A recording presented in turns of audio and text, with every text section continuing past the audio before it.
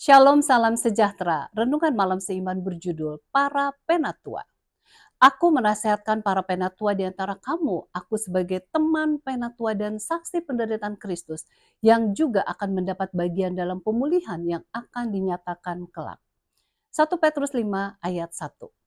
Ada dua jabatan yang disebut dalam perjanjian baru, yaitu penatua dan diaken.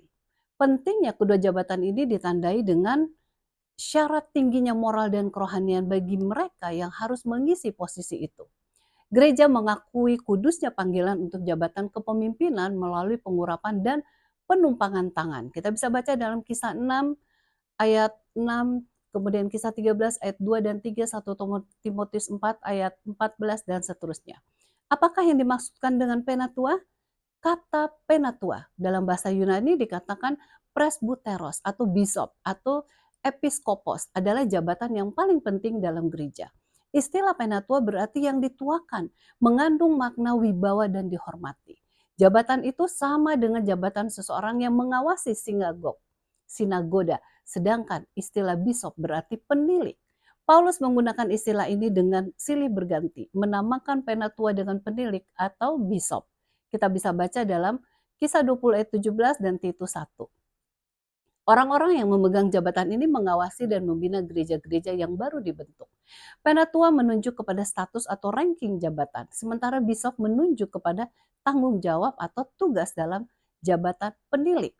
Karena para rasul pun menyebut diri mereka penatua. 1 Petrus 5 ayat 1 dan 2 Yohanes 1 ayat 1. Maka nyatalah bahwa ada penatua setempat, ada penatua keliling atau penatua dalam tugas yang lebih besar. Akan tetapi tugas keduanya adalah sama. Fungsinya mengembalakan jemaat.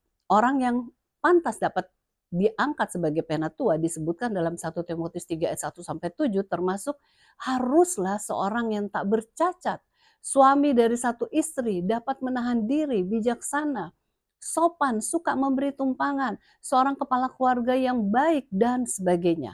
Hanya orang yang mempunyai kemampuan untuk memimpin mendapat kepercayaan ini. Sebagai pemimpin rohani, penatua dipilih untuk melaksanakan tugasnya untuk menggembalakan jemaat Allah. Kisah 20 ayat 28. Tugasnya juga mencakup pelayanan kepada anggota yang lemah, Kisah 20 ayat 35, menegur yang banyak tingkah, 1 Tesalonika 5 ayat 12, dan waspada terhadap ajaran-ajaran yang menimbulkan perpecahan. Kisah 20 ayat 29 sampai 31. Penatua haruslah menjadi contoh dalam kehidupan Kristiani. Ibrani 13 ayat 7 dan 1 Petrus 5 ayat 3, dan menunjukkan teladan kedermawaan. Kisah 20 ayat 35. Apakah Anda seorang penatua? Kiranya pelayanan Anda memberikan kemuliaan bagi nama Tuhan. Tuhan Yesus memberkati.